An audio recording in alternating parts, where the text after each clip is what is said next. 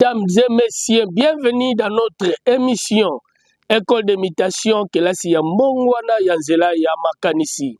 Autrement dit, lelo tozali ko aborder sujet ya Assemblée nationale en exclusivité dans notre plateau. Nous allons aborder le sujet messe noire. C'est pourquoi vous me trouvez aujourd'hui, je suis en noir pour te défendre. Parce que Binonyo Soboyebi ke nazalaka défenseur ya PN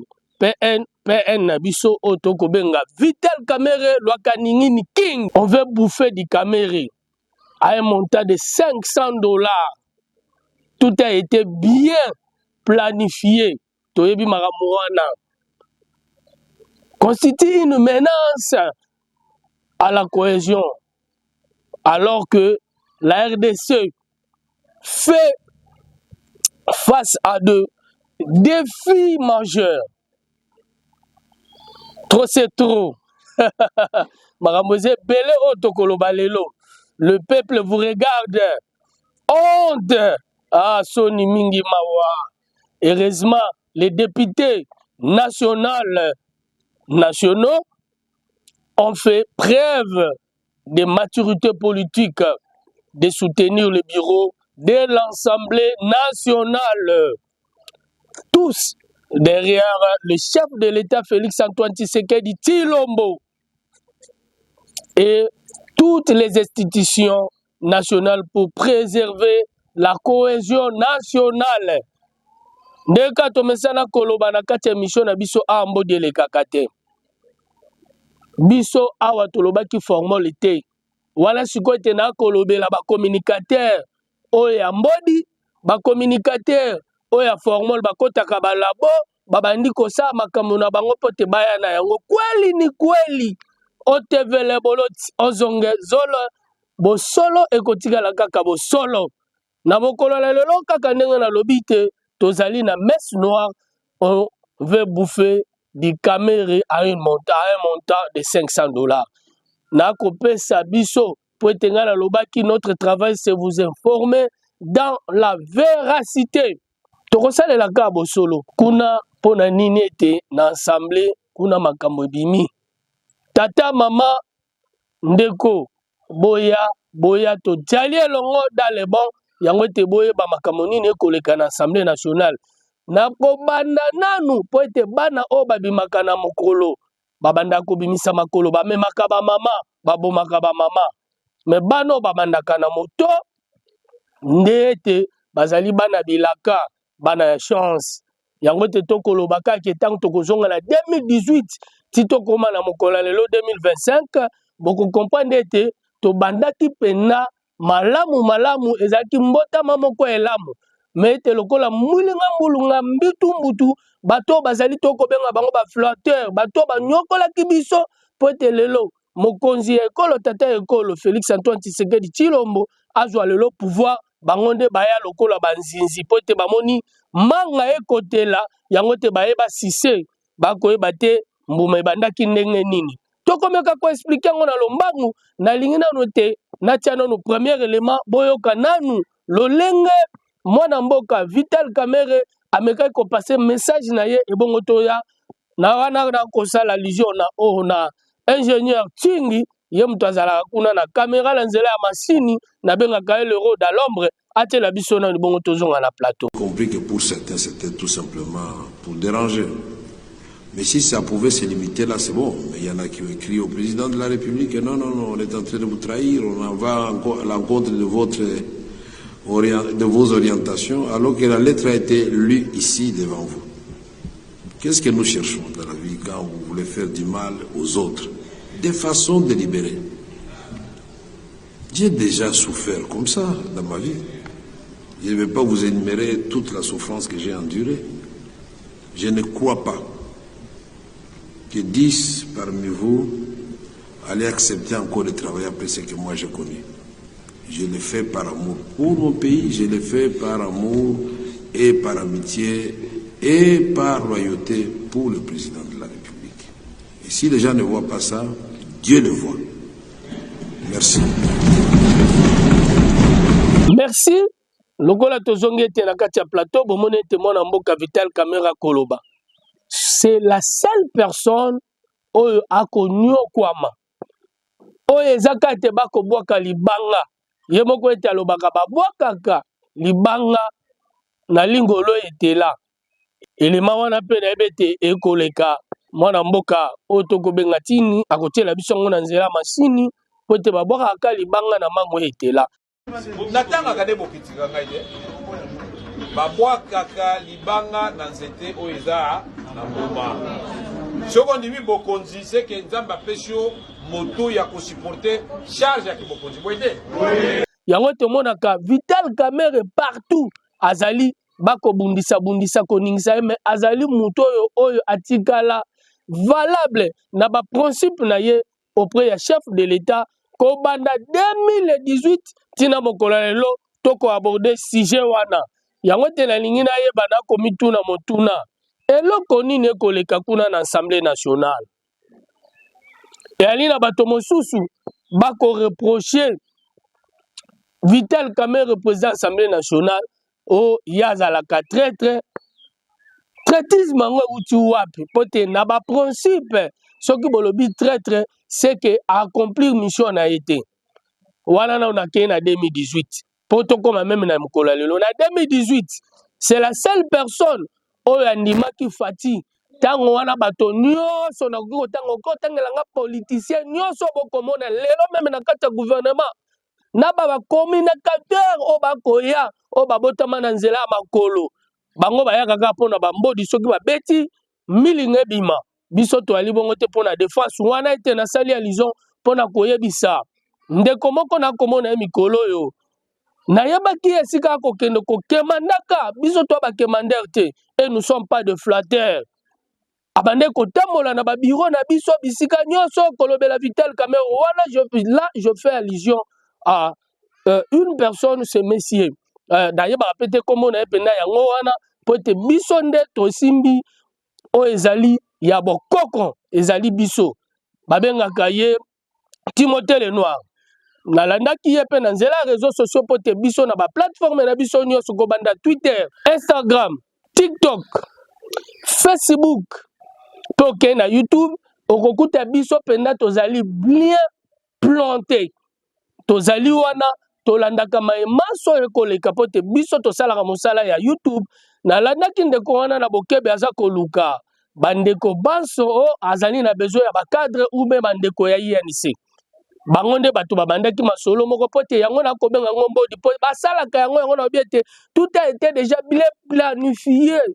ezalaki déjà masolo baefalaki na bacommunicateur na bango babanda kobima babwaka déjà bamessage o bamonaki Vital Kamerhe na Afrique du Sud o ya koya na baelema ayela nga elema ngai ndeko mwana mboka père ingénieur je veux munganga moko ya cadre ya INC na yebisi ayela biso baelema yango te nakotuna ye ya mibengi na yebaka te Timothée Lenoir est-ce que wana eza ya bayindo po te alingaka koloba likambo ya bayindo mingi azali ni bandeko ngunza azali ni bankelelo azali ni ba oyo ete biso toyebi na kati ya lingomba azali te na lingomba wana ya yango te biso bato tokoporte oyo ezali mbaso culture africaine paradoxe africaine hier n'est pas aujourd'hui ni le lendemain mutation la vie c'est l'amour yango te nasalela yango bana mboka ya Congo dans un pays sérieux na lobaka yango pona kopesa moto maloba il faut mona nanu biloko ya kosala bandeko wana bakoya lokola banzinzi bakoya kosise pote bamoni makambo lelo pouvoir ezalaka bongo toyebi azalaki kotambola epai na biso ti akokemandaka lokola azwaki espace te amoni ete misolo bakopesa ye te pote epai na biso c'est la lutte qui libère donc moto soko bundi nde ofongwami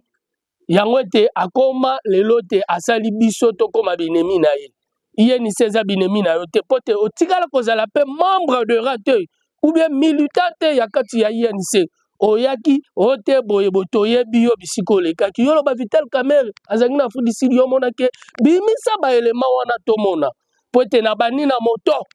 ebandi ya likambo po te natalaki yo yango te nayebi te okolanda ngai olobi omaîtrise Afrique du Sud my friend you have to take care obanga nanu kozwa penza respect wana omibatela penza bomoto bwayo pona kolobaka komba Vital Kamerhe je vous mets en garde tika biloko wana misala wana ya mabe oza kosala po te bakoko bakotala yo ntango yo kotanga kombo bangunza okotanga kombo Simoki Mbangu tokomona yo yango te nayebisi yo tia penda bomoto bwayo ntango koloba lokuta liboso ya bato yela biso elema wana mpe tokorépondre mpo tosengaki barépondre yo yango te ngai na répondre yo elema na yo tokotia yango mpe bokomona ndenge ndeko alobaki et puis vous dites encore vous n'avez pas la honte de dire devant tout le monde hein. Vous vous permettrez de dire de n'importe quoi, tu connais l'Afrique du Sud, mon cher. Bon, excusez-moi parce que vous n'êtes pas mon cher, mais tu es un frère. Oh, penga pena konyore pote kombo na ifo na yeba yango po kombo na ona yebi yango malamu te pote ngana benga mina kombo ya mwana mboka père ingénieur Gervais Munganga. Donc okoyoka Munganga wandio. Oyebi déjà que muto auti esika bo yo penda to oyoka Timothée Lenoir. Eza nini? Ezo lobelo kota apo koloba likambo baindo naleki namoni ote tobenga kazacle l'état est révolu tomona ki oba osala yo toyeba ki na nzela musique yo toyeba ki okendaki bino bozala bisika nyoso bokotambola mais yango moni bandeko mosusu ya opposition bakobenga bino na transhumance ngai banda na banda ndenge naloba penda ete nakenda koadere kaka bana na botama na parti ka moko oyo ezali UNC l'Union pour la Nation Congolaise et nazali loyal mais bino soki na moko oyo ezali sérieux mutu azalaki awa azalaki non topekisi misala te topekisi mutu ba embaucher quelque part te même si vous travaillez à la présidence même si vous êtes quelque chose quelque part mais ne venez pas ne nous amenez pas des choses là qui peuvent fâcher. Pote bino bombo na keto kotela kabino o Vital Kamerhe bakolongola eboy na boy pétition wana motoye na ngoto yebiye akopesa bato ba $500 akeina esika moko boy avandi nde akobenga bato akokorompe bango na 500 pote Vital Kamerhe na misikle wana pote azala président de l'Assemblée nationale ezali cadeau te abundaki etumba Vital Kamerhe aleki na ba élection boyebi ndenge nini elekaki Vital Kamerhe a risqué vie na ye boyebi ndenge elekaki mais lokola azali moto ete bato nyonso babaki iyo pote biso na misiklo moto akokamba biso ezali Vital Kamerhe botika kokabola mwana mboka Vital Kamerhe na ndeko wa ye le président de la République démocratique du Congo chef de l'État Félix Antoine Tshisekedi Tshilombo. Tous mes remerciements, mes chaleureux remerciements pour ce geste qui me touche beaucoup. C'est vraiment pour nous un honneur. Pour le petit Moulou administrateur que je suis, chez nous on donne des chèques, c'est même encore plus. Mais quand on donne un présent pareil, c'est très riche. Vraiment, je n'oublierai jamais ça. Comme je n'oublierai jamais l'accueil que la ville de Bukavu. Je suis sûr que mon défunt père, là où il est, lui qui n'a jamais eu ce privilège-là, d'être reçu comme ça ici à Bukavu, il doit être fier de moi et c'est grâce à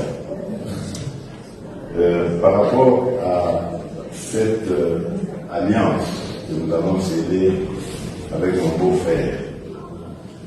je veux vous prendre à témoin de ce que je veux dire. Pour que si jamais demain je transforme mes propos,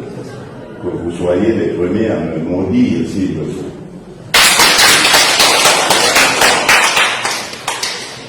Je ne trahirai pas les termes de cet accord. Je suis avec lui et vous allez le voir dans tout ce que je vais faire.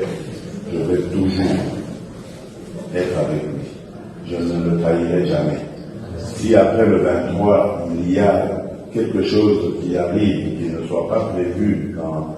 ce que nous, on a prévu, lui et moi, on se concertera toujours et je ferai tout pour qu'on ait la même position. S'il n'est pas d'accord, je n'avance pas. S'il est d'accord, j'avance. Mais on va le faire toujours. Donc ça, vraiment, je vous le dis parce que je veux que vous soyez nos témoins aussi. Donc cet accord, c'est pour vous aussi. Nous l'avons fait pour qu'on soit d'accord. Donc les prochaines étapes, nous irons au Kassai. Je vais aussi expliquer aux Pakalenga de là-bas que désormais, Vital Kamerhe et son UNC marchent à côté de l'UDPS. Nous avons les destins liés. Voilà. Donc c'est ce que je tenais à dire. Je vois que même on enregistre, c'est bien. Parce que ça, au moins, ça va rester. Donc, je vous remercie encore et que Dieu vous bénisse. Merci. Tika kokabola ye nande ko ye pote bangonde ba ye bisika ba mandaki. Na keina lombango pote na kene na 2018. Na 2018 kaka moto akoloba wana bango bazaki na ka wana ya gauche. Pote, na moment wana, biso tozangi na opposition. Permettez-moi de vous le dire, à cette époque, biso tozangi na opposition, malgré que lelo ne na kolobaka wana à gauche, parce que lelo biso ne toa na pouvoir. Tolingi unité, cohésion.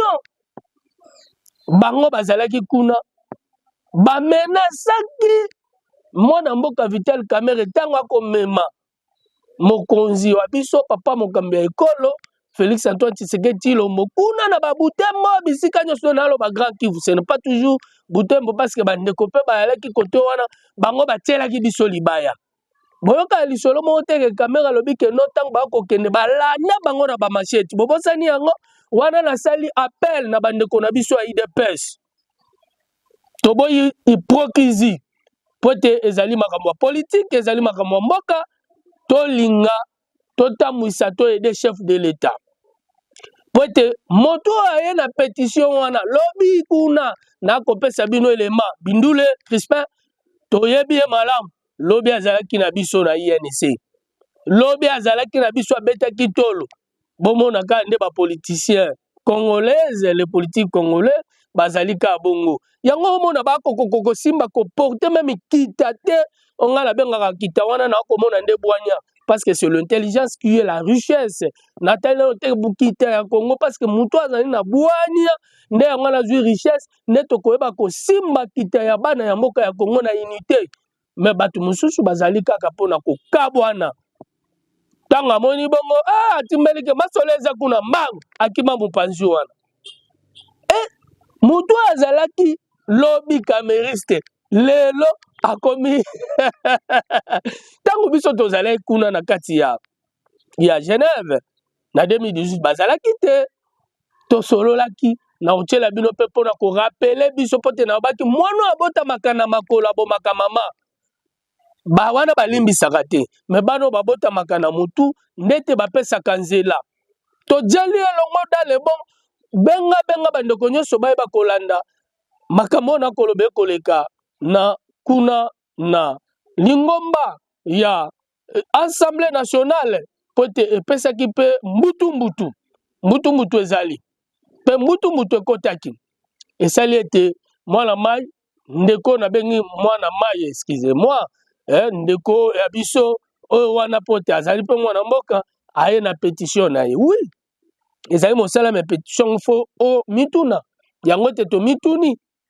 nani akoki ko expliquer ngai pote na comprendre eloko nini ekoleka na assemblée yango te na kolobela bino na kobetela bino bomosa bomesana te kolanda biso na plateau na bandeko mosusu lelo pena te na ye pena pona limola yango te bomoni biso na sultane oya mwindu pote tolakisa pena bandeko nino ekoleka kuna na kati ya assemblée nationale pote mwindu ezali kuna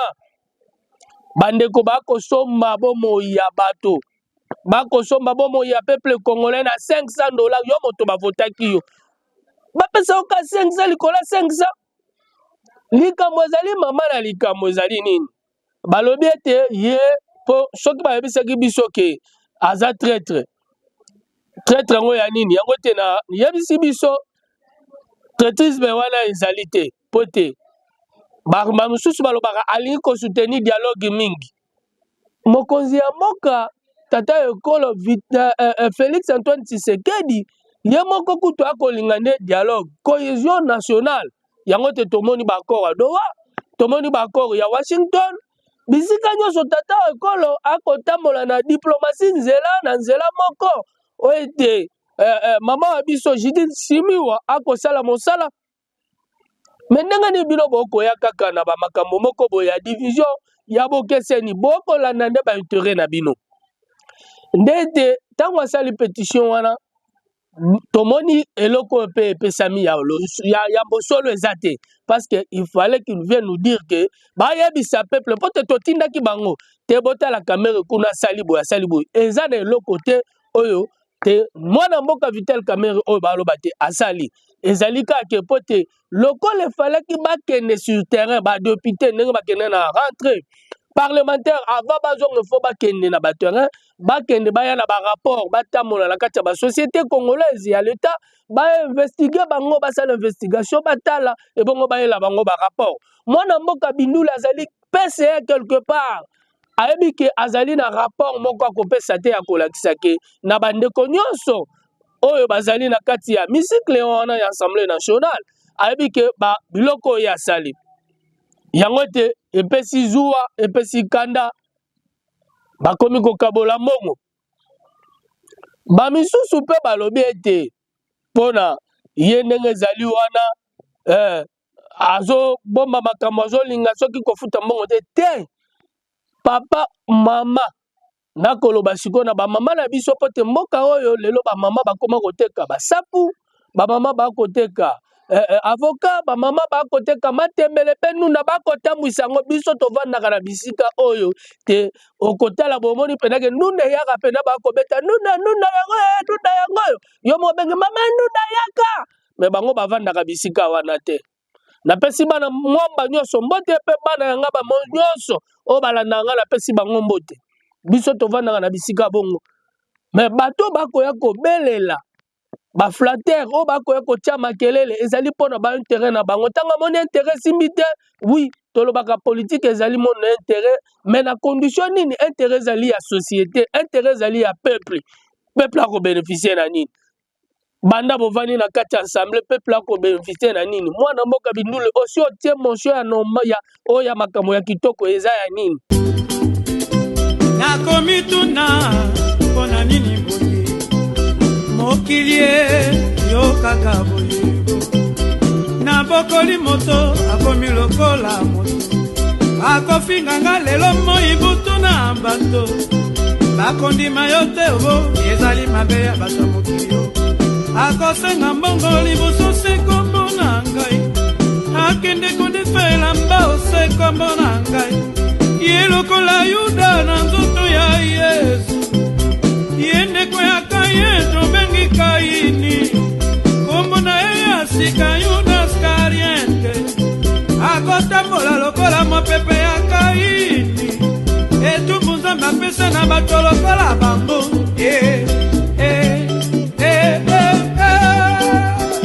boye kaka tango basali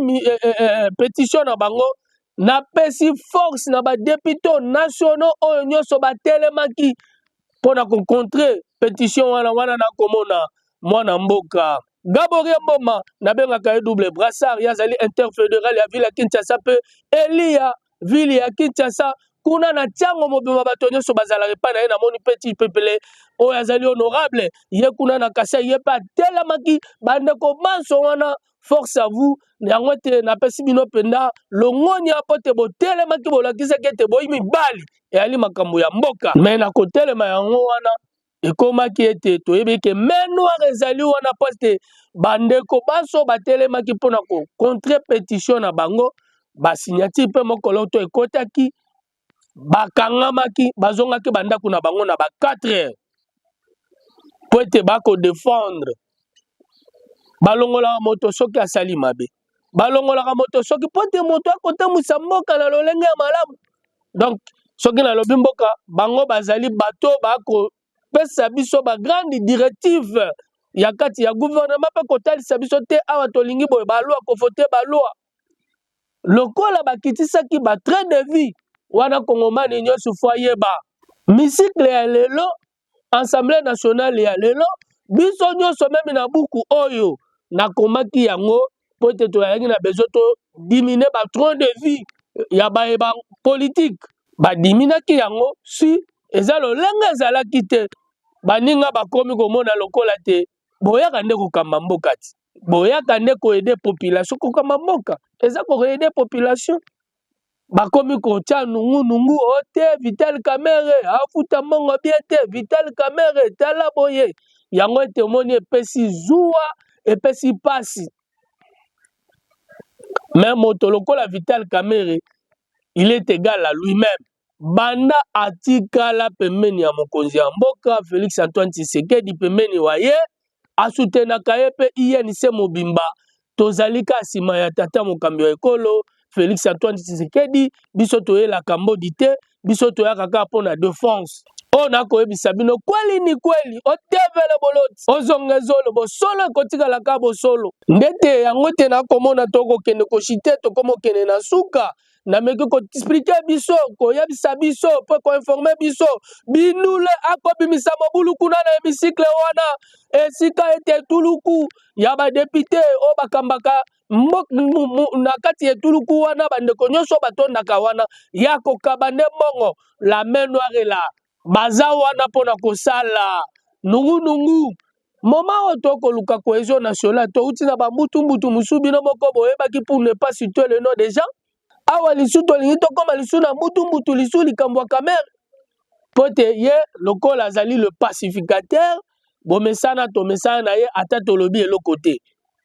bobandaka na ye kaka boye oyo Kamerhe boyibi bosaleli ye banzembo ebelebele ti yoko chef de l'état asalaki vérification na ye ainvestigue ye moko teke un investigateur principal ya République démocratique du Congo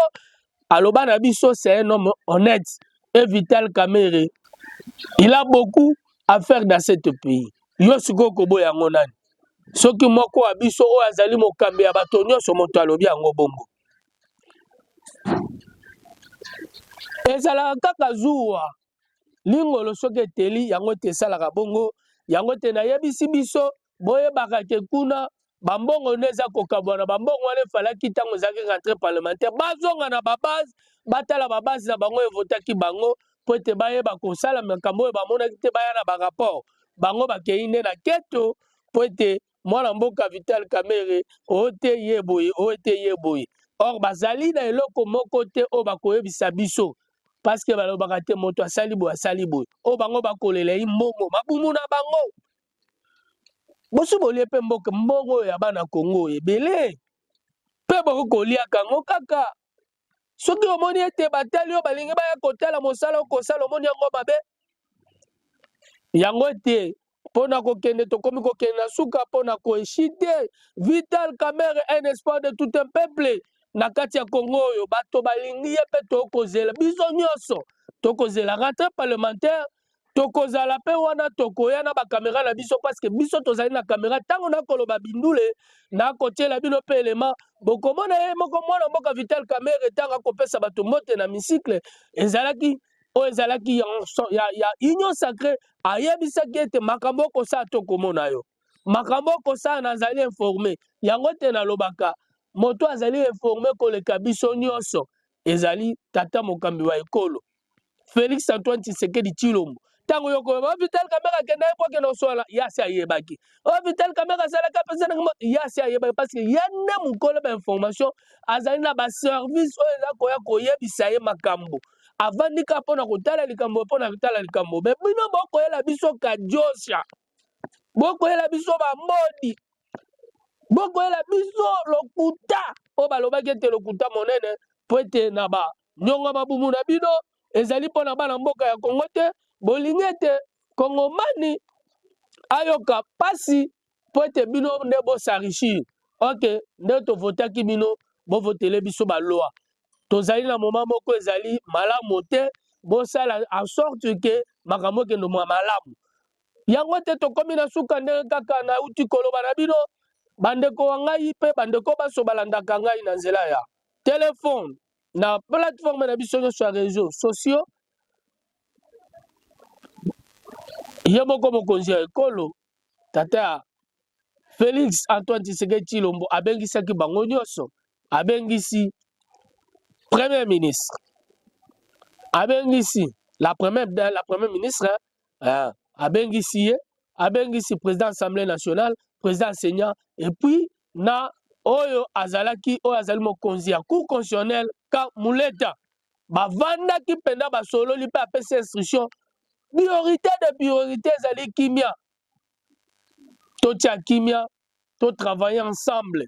pour la nuit tolobaki union sacrée yo oza communicateur olobi soit disant oza union sacrée mais musana okoya koboma kokotia likonga mpona motema likundu ndete bokomona nasengi héros de l'ombre atiela biso na elema wana ndenge tata mokonzi ya ekolo avandaki na bandeko toyokana.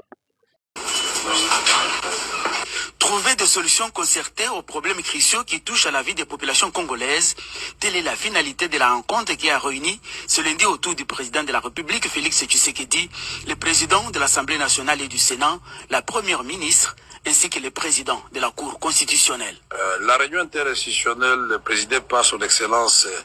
Monsieur le Président de la République, commandant suprême des forces armées et de la police nationale, la réunion d'aujourd'hui était axée sur deux questions essentiellement. La question de la sécurité à l'est de la République démocratique du Congo qui continue à préoccuper le président et à chercher des solutions à travers une mission qui est diligentée pour aller à Uvira, une mission gouvernementale, a envie de trouver la solution à cette question, pour Uvira particulièrement. En ce qui concerne la rentrée parlementaire, qui était le deuxième point à l'ordre du jour, le président de la République a exhorté les deux présidents des chambres d'assurer une rentrée parlementaire sereine, axée sur les priorités nationales, les priorités du peuple congolais. Une rentrée parlementaire qui préserve la souveraineté de notre pays à travers nos discours et l'intégrité de notre territoire et surtout les droits humains, la sécurité de nos populations à l'Est. Le troisième et dernier point qui a été abordé, c'est la collaboration entre le Parlement, c'est-à-dire l'Assemblée nationale et le Sénat et le gouvernement pour accélérer les différentes réformes qui sont en chantier. Et le président voudrait qu'on imprime une grande vitesse à toutes ces réformes. Et c'est à travers justement les ministères ayant ces relations avec le Parlement dans ses attributions que nous allons collaborer avec Madame la Première ministre et l'ensemble du gouvernement puisque les réformes viennent de tous les secteurs de la vie nationale. Le président voudrait que toutes ces réformes soient accélérées.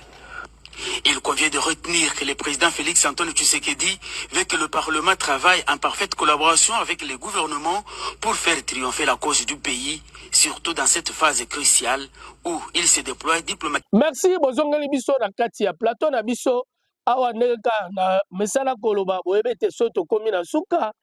pote ngonga ezali TV ezali ngonga tokomi penda kokende kokoma na suka